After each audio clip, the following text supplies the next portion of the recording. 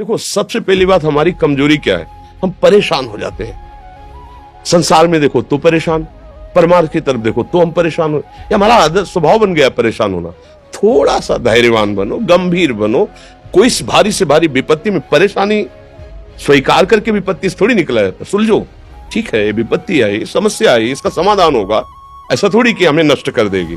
अगर अभी हमारी बड़ी हानि हो जाती है, हम कल इससे बड़ा लाभ प्राप्त कर सकते हैं। हमको एकदम बिल्कुल गंभीर रहना है, इतने कमजोर नहीं बन जाना। अब वो गए तो क्या होगा, अब वो वस्तु गई तो क्या, पद गया तो क्या होगा। प्रयास किया था, ये पद मिला था, इससे बड़ा पद प्राप्त करूंगा, मैं इससे बड़ा महान बनूंगा। ठीक है, एक बार गिर गया, गलती हो गई, दंड भोगूंगा, फिर इससे ज्यादा संयम में रहूंगा।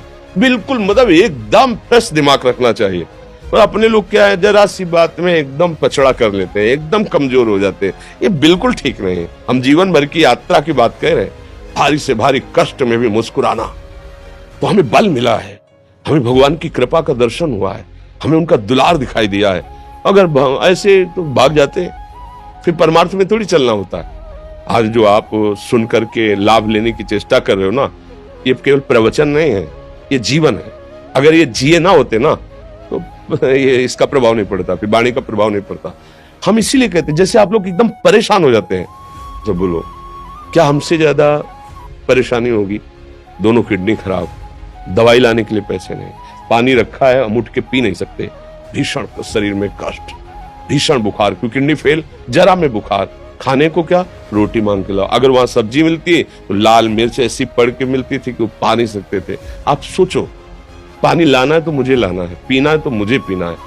अगर मैं हारता तो कहां पहुंच जाता, क्या स्थिति होती? नहीं, मरना है, पर कदम पीछे। कोई दिन ऐसा नहीं जिस दिन सेवा ना की हो, जिस दिन सेवा ना गए हो। गुरु जी की सेवा में जाना है, पहले अपने को स्वस्थ साबित करना है, नहीं वो सेवा नहीं लेंगे। तुम बीमार हो, तुम कष्ट में हो, ऐसा उनकी दृष्टि परेशान थी, उनकी सेवा की, आके लेट गए। फिर हिम्मत की, अपनी श्री जी की सेवा की, मधुकरी नहीं गए, 3-3, 4-4 दिन भोजन नहीं गए, पर सेवा नहीं छोड़ा, दिनचर्या नहीं छोड़ी। और उसका प्रधान कारण संयम, ब्रह्मचर्य, भगवत आश्रय, नाम जप, कभी हारने नहीं दिया। अभी भी थोड़ी देर बाद डायलिसिस शुरू हुआ, हारने, आपको हारे हुए नजर आ रहे हैं। शरीर में पीड़ा है, किडनी फेल है, ऐसा थोड़ा स्वस्थ बैठे हैं, पीड़ा है, बार बार प्यास लगती है, थोड़ा थोड़ा पानी मिलता है, लेकिन हम आनंदित हैं, हम प्रसन्न हैं। हम लड़ाई में हारे नहीं हैं, ना हारेंगे, हम जीत चुके हैं। हम अपने मालिक के भरोसे में अपना सब बात, तो वो ये हम अपनी बड़ाई नहीं बता रहे, हम आपको बता रहे समस्या। सोचो, तुम्हारे पास तो माँ है, भाई है, बहन है, परिवार है, कोई ना कोई तो है ना। मेरा किसी ने कभी जीवन में ध्यान भी नहीं दिया। क्यों? बचपन से बाबा जी बन गए, किसी से प्यार नहीं, किसी से संबंध नहीं, कोई जानकारी नहीं, हम कहाँ हैं, वो कहाँ है, किसी से कोई मतलब नहीं। अच्छा, जवान साधु कौन श्रद्धा करे? कभी गांव जाने की हिम्मत नहीं पड़ती कि रोटी मांग ले, पता नहीं लोग क्या सोचेंगे, क्या भावना कर ले। हम दरवाजे पे खड़े हैं, क्या कैसी भाव, जो हमारे सामने आकाश वृत्ति से आया यौवन अवस्था में, वही पाया है, अन्यथा भूखे रह गए।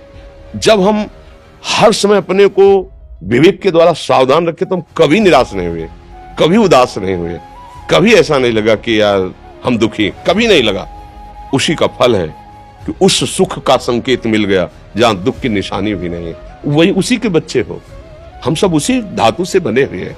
हम इतना क्यों परेशान हो जाते हैं? हम ये देखते हैं अपने लोग, थोड़ी बात बिगड़ गई परेशान, नहीं बिगड़ी तो बिगड़ जाने की संभावना में परेशान है। आज सुख है, लेकिन कल सुख छिन जाएगा, तो हम आज के सुख में सुखी ना होकर कल के दुख की आने की संभावना में हम भयभीत हो। अब क्या हमारी सोच रह गई? हमको इतना बलवान बनना है कि सुख और दुख दोनों हमको छू न सके।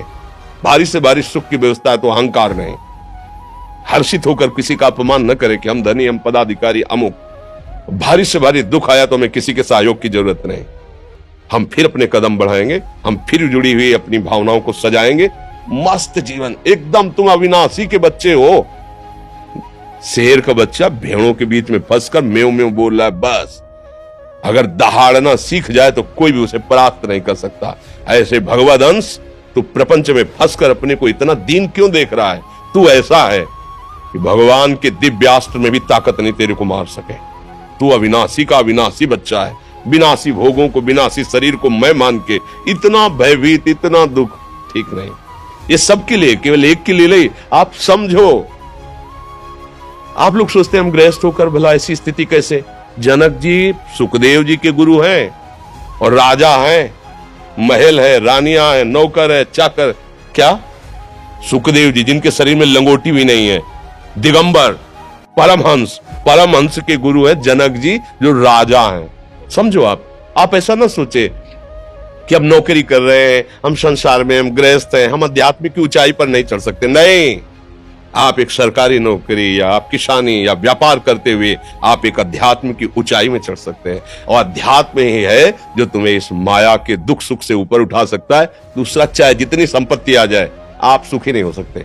सब देख लो, आंख खोल के देख लो, अध्यात्म ही है जो तुम्हें हर कष्ट सहकर मुस्कुराकर जीने का रास्ता बता देगा कि आप आनंदित हो जाओगे। कुछ नहीं बिगड़ा, अध्यात्म है तो कुछ नहीं बिगड़ा, अध्यात्म नहीं है तो कुछ नहीं बना, कुछ हाथ नहीं लगने वाला।